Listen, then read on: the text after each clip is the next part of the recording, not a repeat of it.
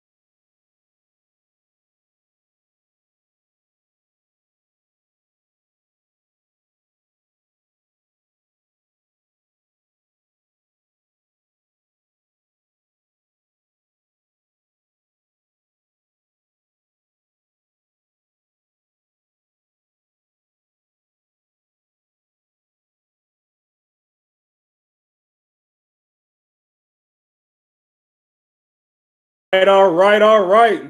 Man, welcome to the MisFitNation Show. Hey, without further ado, I just want to say this show is hosted by Rich, LaMonica, and myself, yours truly, RJ Byrd. But today we don't have Rich, LaMonica, so it'll still be a good show today. We have somebody good to bring on. I'm going to welcome our guest from desert combat zones to a battle within, U.S. Army veteran John Lawyer, transformed from soldier to spiritual seeker. He acts as one of several guides for Kishar, a nonprofit online spiritual community for people to share their journey and explore their own unique spiritual path. John is an Omnist and believes in the validity of great human thought from around the world and across time. He offers individual spiritual guidance and coaching services as part of the Kishar spiritual community. Without further ado, I'll bring on John Lawyer. What's up, my man? How you doing? Good, RJ. Thanks so much for having me on the show. Yeah, man. It's my pleasure, man. I'm just excited to get this out to the world. And I know that everybody's going to find this a good show and very informative. I just want to ask you, man, first, right off the bat, what led you here, man, from as far back you want to go up until now? What got you to this point? Sure. I grew up in a small town in central Oklahoma, about 8,000 people, pretty normal childhood growing up. And I knew that college probably wasn't for me as I went ahead. So I figure, I was just going to enlist in the Army straight out of high school. That's what I did. That was in 2000. It was about a year before 9/11. And by the time I got through basic training, my job training, it was about 6 months in to my duty station before 9/11 happened. I was a counterintelligence special agent. And our unit's job was to essentially go to war with CENTCOM and provide intelligence support if anything ever happened. And obviously it did. So Yeah. I spent about half my 5-year enlistment in Kuwait, about 2.5 years. They're supporting our stuff in Afghanistan, and then obviously the invasion of Iraq. Most of that happened from Kuwait, and then when my enlistment was done, I wasn't ready to really get out of the job. So my wife and I, who had pretty much the same job that I did, we decided to uh, keep doing the same thing as civilians, and went to Baghdad for about 18 months. And then I spent about 6.5 years in Kandahar, Afghanistan, and that was actually consecutive. So I guess I spent about 12 years out of the first 15 years of my adult life in and out of combat zones. And that kind of was like this whole life that I lived by the time I was in my mid 30s, So uh, it was a lot. And you don't realize at the time because you're so busy, right? You probably Yep. relate to that. You're in it, you're doing it. You can kind of like objectively and abstractively know, like, oh, there's stuff going on around you that's kind of serious and impacting you, but you don't really accept that at the time. So, Yep. When I came home, I got home in 2015 from Afghanistan, and I was just kind of like burnout and post-traumatic stress and anxiety, depression, all that stuff. And, Yep. I didn't really have an identity outside of my job, outside of the being at war. And, people don't talk about it a lot, right? But war's exciting. It's adrenaline. It's this thing you can get addicted to in a way, Mm-hmm. being deployed, being overseas. So I kind of had to figure out who I was, like, who's John Lawyer outside of all that. And Yep. my wife was going through the same thing because she'd been there with me almost that whole time. So the good news is we understood each other, and the bad news is we were both kind of busted up, So but we've For been sure. married for 20 years, and it took about 7 years after I came home to kind of get my feet under me and finally figure everything out. It was a lot of healing that needed to happen. And then one day, kind of out of the blue, I wasn't really on a spiritual path or expecting it, but I kind of had a moment where I was just like, oh, you know, it was like hit me like a lightning bolt, like the oneness of the universe and that we're all connected, and this very loving kindness kind of thing. And Mm-hmm. uh, I knew that I kind of wanted to help people help themselves find their wholeness, whether they kind of saw it, because I think we're all whole inside, even if we can't see it. And Man. that moment changed my life. That was over 2 years ago now, and I've been working on that ever since. Man, I can definitely relate to you. And man, your story sounds very similar to mine, man. I was in Afghanistan 2010, 11 time Okay. frame. And man, and it took me about 7 years too, So Yeah. uh, to kind of get my feet up under me, which was about 2 years ago. So I can really understand, man, like just spending that long moment of, because it starts off dark and then you think you see Yeah. the light, and then you go back and forth with what's really going on, and the thing that you thought was going to be your entire life, it wasn't. So you got to make the adjustments. What led to, like, how did you, like, can you give any details on you finding your identity? Like, I know you said maybe it was just that aha moment, but just a little bit on Yeah. that.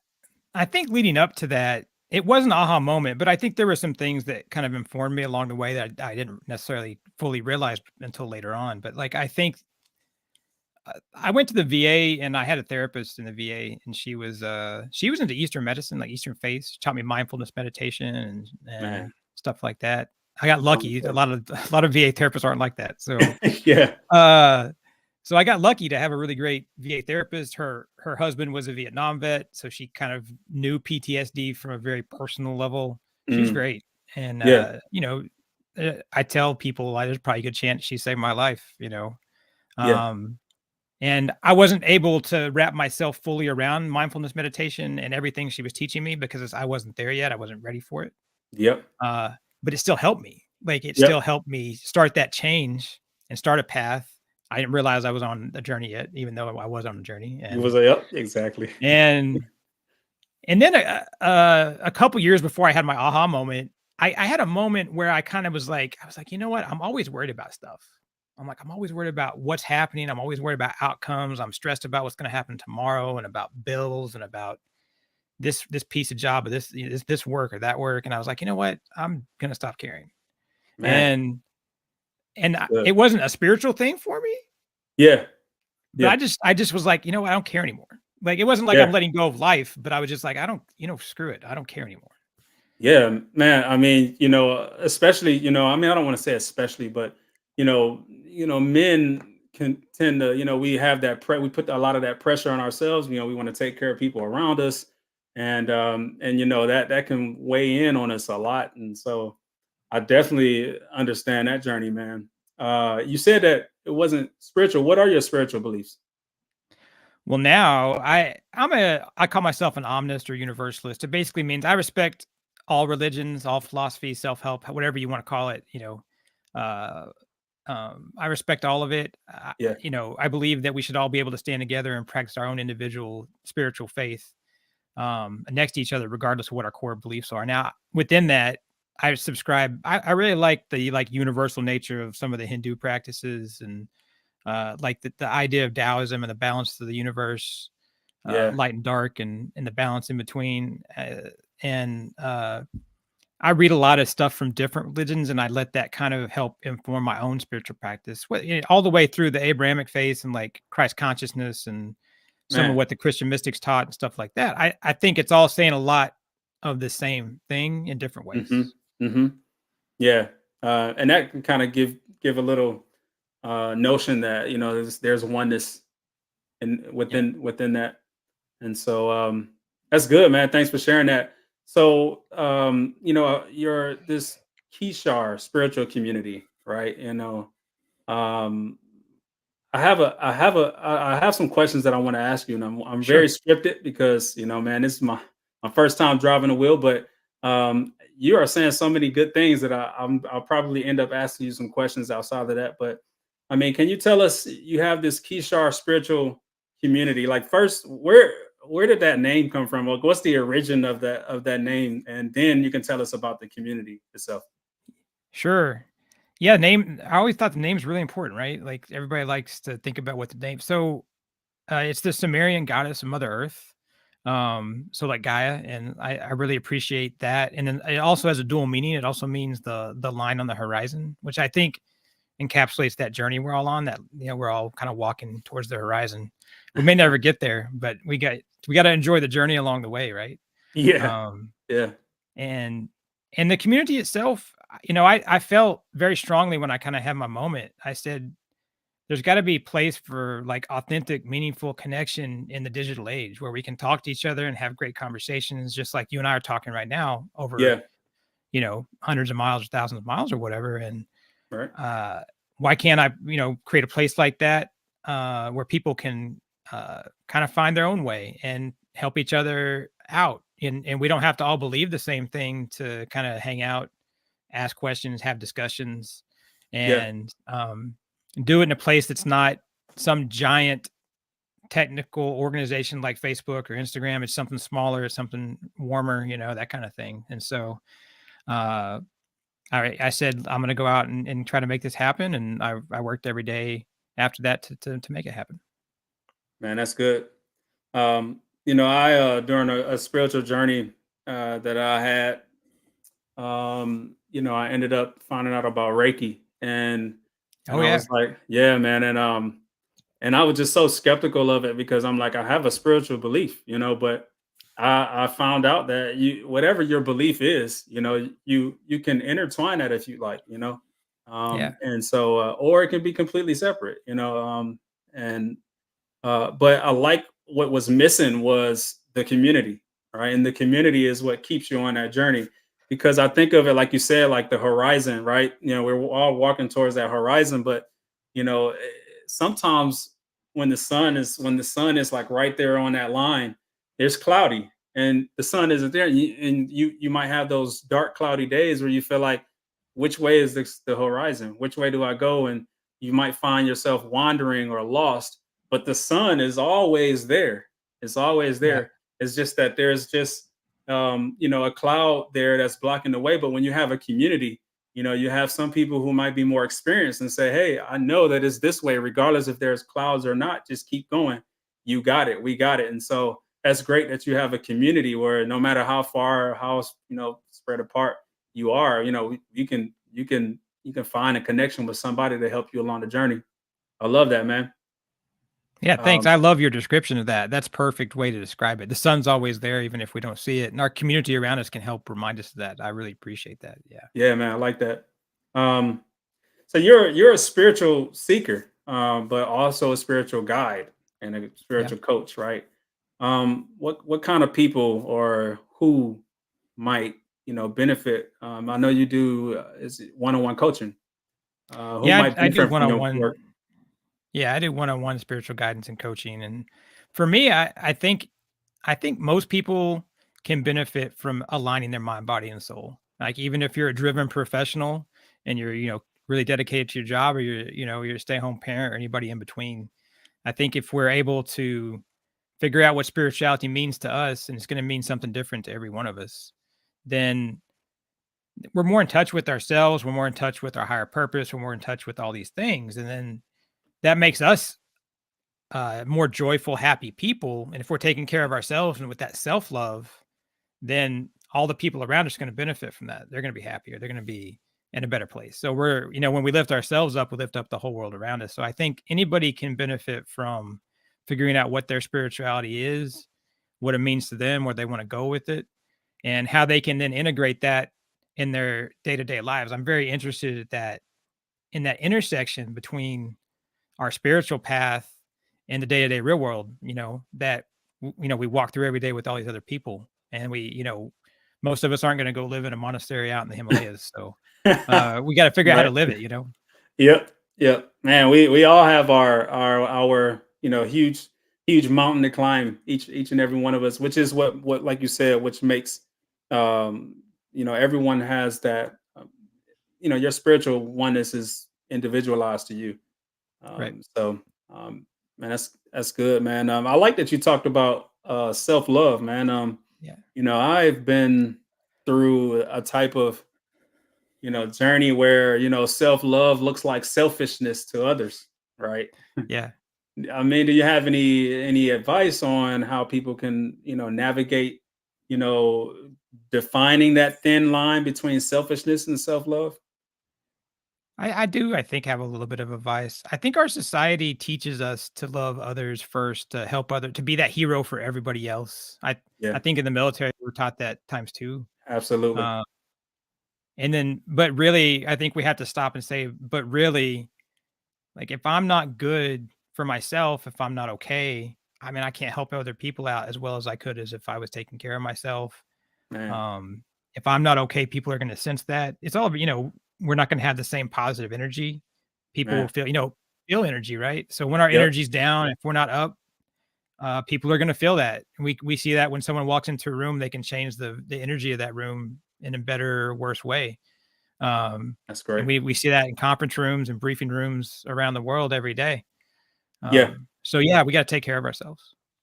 This is why I like that you said that this the one-on-one coaching is for everyone from the highest executive to the mom and the dad, everybody in between, because we all have our journeys. But like you said, we can feel that energy from each individual. And I always wondered. I went to get my audio engineering degree back in 2003, 2004, and we had to study wavelengths and EQing and things like that. And I got a chance to kind of understand sonic waves, right? And that's just energy, right? Yeah. And I always wondered before I went to the military, like, why did I didn't even use that degree? Why did I go through that? But that tool was meant for me decades later, to understand energy, and when there's low vibration and when there's high frequencies and low frequencies, and how we are connected, with these frequencies and how they help us too. There's a bunch of frequencies that help us, binaurally, and Yeah. There's laterally, right? And so it's so much that was taught to me and to that I carried on and didn't use it until decades later. So but yeah, energy is a big thing. It's much, a lot of people think like, oh man, this person's got good energy. And we say it on surface level, but is a lot of deep understanding to be had there. So I appreciate you Yeah. bringing that up. Yeah, man. So what happened? Like not what happened, but like maybe give us some insight on your time in the desert and what helped like you now on your spiritual path.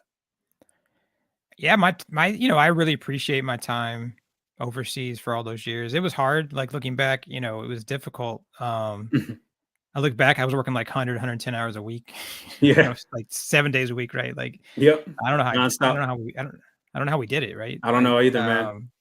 Like years at a time. And, you know, one, it taught me there's it taught me that there's this like great strength inside all of us. Like that we can do so much. It taught me about relationships and even, the power of kindness. I had a guy come up to me once in Afghanistan, and we would get new special agents in every 6 months, Mm, and I was always there because I was there for so long. They yeah. would come, and I was kind of in charge of some of them a bit. Yeah. Um, and they would say, "What do you most look for in a new agent when they come in?" And I was like, "That's an interesting question. I never really thought about that." I was like, "You know what?" About a couple minutes later, I was like, "It's kindness." If you're a nice person, if you're kind, I can teach you. I can teach you to protect yourself. I can teach you to go help protect others, which was our job.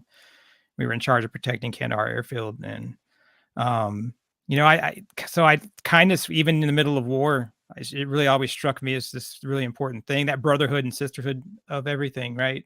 Yep. Um, and that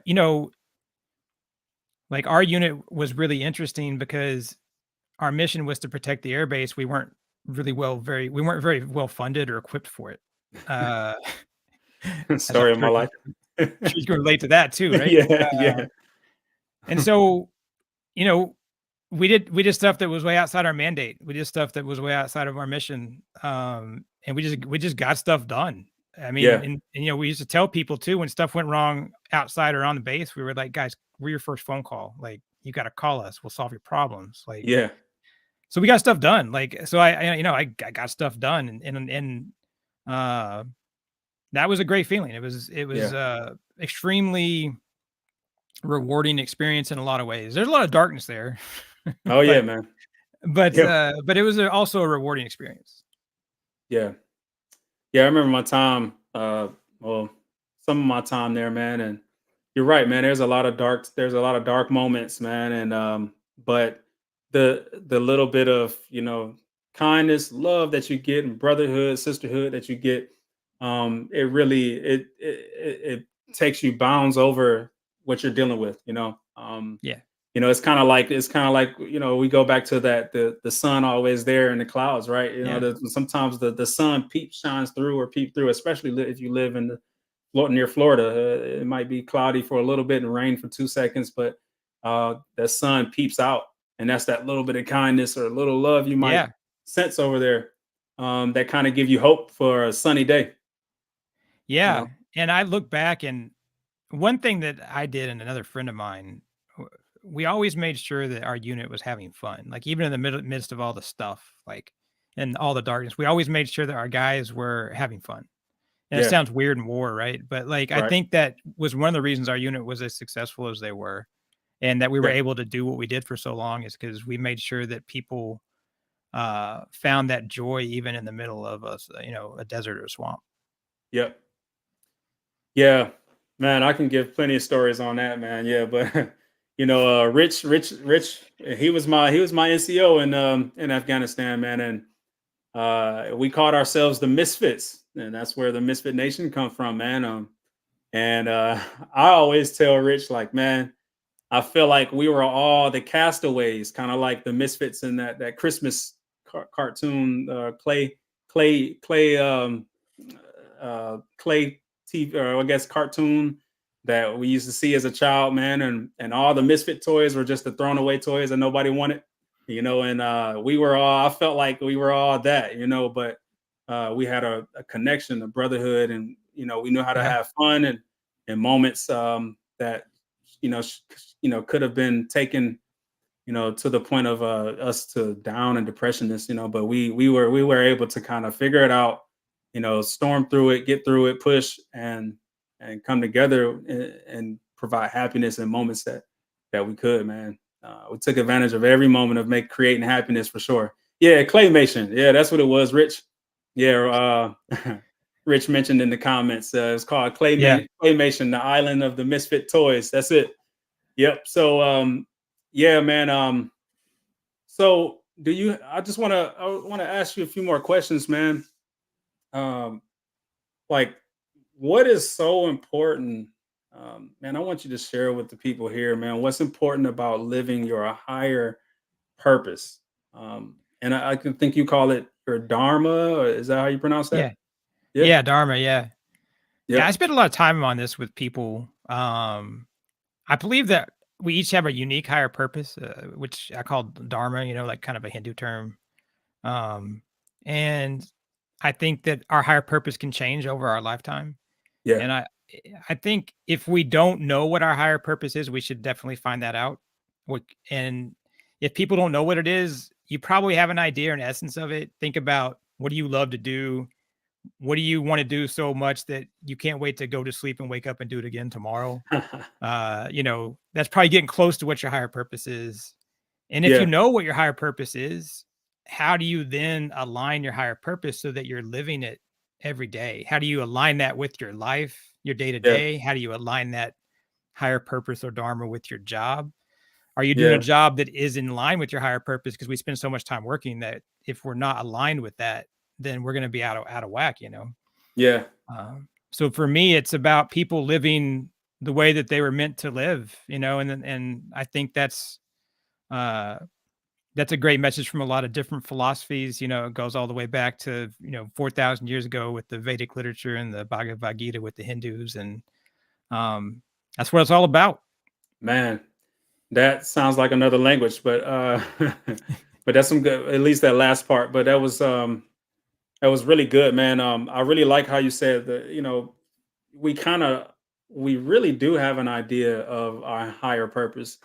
But have you ever gotten like a question of like what if your purpose or what you really want to do isn't something that makes a lot of money, and that's just like, people kind of they struggle with weighing that Yeah, out. It's like, this is what I really love to do. This is what I enjoy. But if you go and look that up on, Indeed or something, it's not there. it's, yeah, it's either not there Yeah. or the pay is not so good. Do you find that, where you're coaching and people are asking that question, where they're struggling with Man, I that? love that question. Yes, Yeah, I do get asked that question, and I love yeah. that question. And the answer is, and I'll go into more detail, but the first answer is it's Please complicated. do. Yeah, That's the yeah, first answer. It's complicated. yeah. But I when you go beyond that, you have to take a look at it and say, okay, if I know this is my higher purpose, and but I can't make money doing it, I don't know how to make money doing it. Well, one, Hmm. start figuring out how that can happen. That's first thing. Hmm. But also, you know, what's the cost of not living that purpose for you in Mm. terms of how happy and content you are in life? And if you have other obligations, if you have children, if you have spouse, other family or whatever, what's the impact on them if you're not living your higher purpose? If you're not living your higher purpose and your dharma, are you okay enough with that where you're still going to be happy and fulfilled and taking care of those around you? Or is it going to impact them too, in addition to impacting you? So I think you have to look at it from that perspective. Man, that's And great. some people may say, I'm making a six-figure income. It's not Yeah. what I want to be doing, but it gives me time in my spare time, and it gives me freedom to go do what I want to do. And that's Ah, okay. So like yeah. there's balance, right? Balance. So Yep. I think you have to look at it kind of in this holistic manner of, is the combination of what's going on in my life allowing my higher purpose to flourish in a way that is consistent with my beliefs and values and all of that. Man, you just, man. when somebody say, something that is so profound, I usually end it with saying bars, right? You just spit a whole bar of just profoundness, man. I've been in a I might have to come check you out myself, man. I mean, I think I think we I'm vulnerable enough to stand here on this or sit here on this platform and say, hey, we all don't have it figured out. One, Yeah. and two, I'm not too good to say, hey, I need help, right? Because I mean, I don't know anyone who has done anything alone. And so I think that's some good stuff, man. Like just finding that balance. Sometimes you can do what makes you your six figures, and then that gives you the freedom or the liberty to do what you're passionate about. And then sometimes you can just make it happen because the cost of not doing it may outweigh you Yeah. taking that smaller pay or whatever, So because you just never know once you start doing it, you just never know where it takes you. If it's your calling or your purpose, man, it could take you anywhere if you just stay consistent. And I tell people all the time in my classes when I'm coaching, I'm like, you know, consistency is not perfect attendance, right? Right. And so it's just doing more of what's getting you towards your goal than when you're than rather than what doesn't get you towards your goal. So man, Yeah. when the cost of not doing it, man, that's detrimental right there, man. And so many people, lie in depression and anxiety because they're not operating in their purpose. So Yeah. Absolutely. No, and yeah. you have some wise words there as well. So I definitely appreciate that. Oh man, I told Rich, man, when I saw a little bit about you, man, I was like, man, I'm a little nervous about this being my first one, man, but I think this is going to be a great conversation because I think he and I may be able to relate, and especially since serving in Afghanistan too. Were you there in what 2000? Were you there in 2010, 2011, Yeah, I something? was there from 2008 to 2000, the end of 2014. Oh, yep, yep, yeah. So I was in RC South, so I don't Yeah, know I if was in you were there. Kandahar. Kandahar, yes, he was like a good hour away, 45 minutes away. Yeah, where were you Highway guys? one. We were in. Oh man, I don't Like know why I can't. Zabul or Nah, uh, Rich might get Pa- on here and say, uh, Panjway, Zari? nope. It was a blackout cop. So Gotcha. um, I can't. Man, why can't I remember the name of it? They changed the name too. A couple of Yeah. Fob Wilson. There it is. Rich helped me Okay, out. Wilson. I got you. Yeah. I know where that is. Yep. Yeah. Okay. Yep. Yeah. It was a Fob. Yeah. Yeah. Yeah, man, I tell you, man, a lot of my memory on that, man, is like zoned out and it's in and out, and I can remember Sure.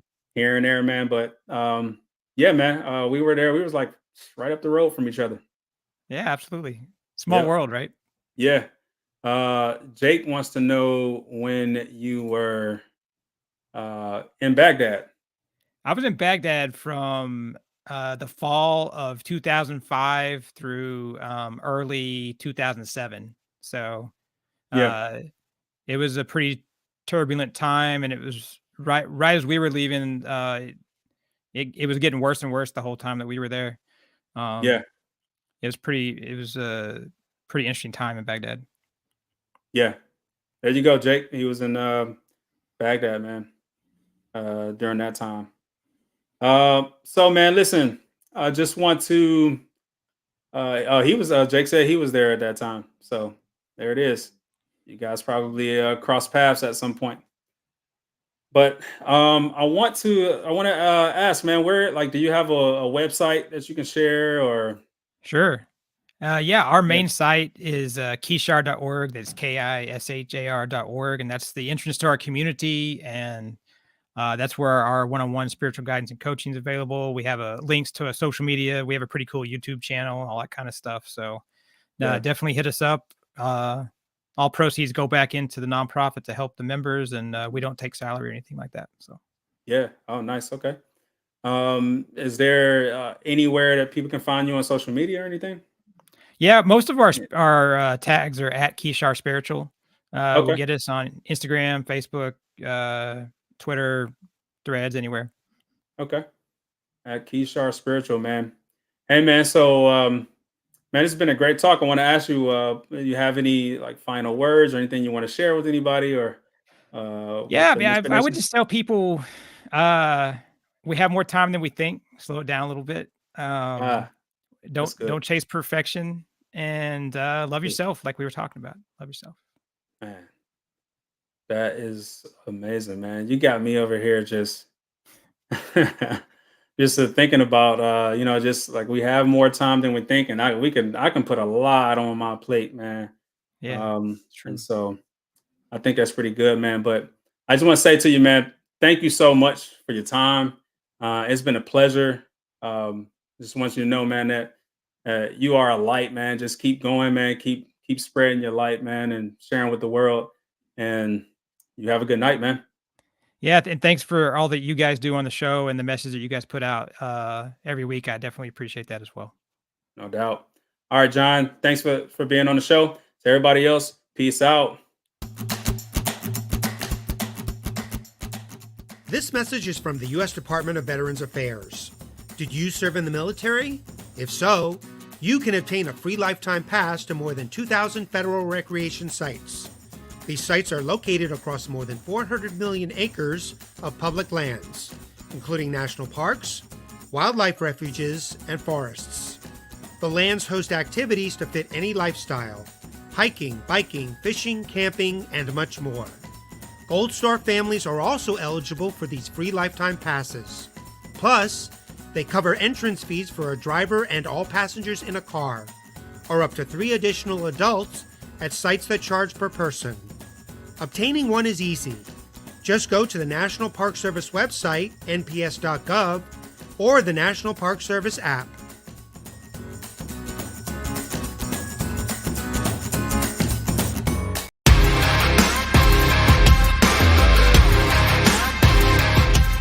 Thanks for checking us out and being a part of the Misfit Nation Show. Don't forget to visit our website at themisfitnation.com. That's themisfitnation.com. Check out all our past episodes and get some of the great Misfit Nation gear for you and your family. As always, be humble, stay hungry, and keep hustling because we are Misfit Nation. Misfit Nation.